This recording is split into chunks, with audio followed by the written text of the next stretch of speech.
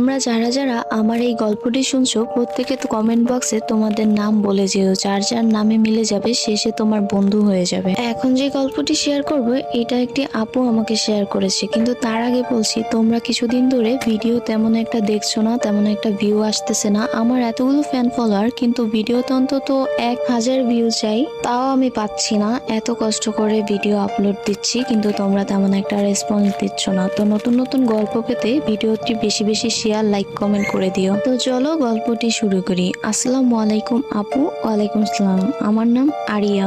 ঘটনাটা ঘটেছিল শীতের এক ভরা সন্ধ্যায়। সেদিন আমি পড়াশোনা শেষ করে খাবার খেয়ে বাইরে ওয়াশরুমে গিয়েছিলাম। আমাদের ওয়াশরুমটা বাড়ির বারান্দার বাইরে। ওয়াশরুম থেকে ফেরার সময় হঠাৎ বাড়ির পাশে বড় বটগাছের দিকে আমার চোখ যায়। তাকিয়ে দেখি গাছের নিচে অদ্ভুত লম্বা একটা মানুষ দাঁড়িয়ে আছে, কিন্তু আমার মনে হচ্ছিল ওটা আসলে মানুষ না, অন্য কিছু। ওটার হাত পা ছিল অসম্ভব লম্বা আর চেহারাটা এত অদ্ভুত ছিল যে আমি ভাষায় প্রকাশ করতে পারবো না। আমি কিছুক্ষণ ভয়ে স্থির হয়ে তাকিয়েছিলাম। হঠাৎ সেই জিনিসটা আমার দিকে তাকায় আর তখনই আমি ভয় পেয়ে দৌড়ে ঘরে ঢুকে দরজা বন্ধ করে দিই। সেই দিনের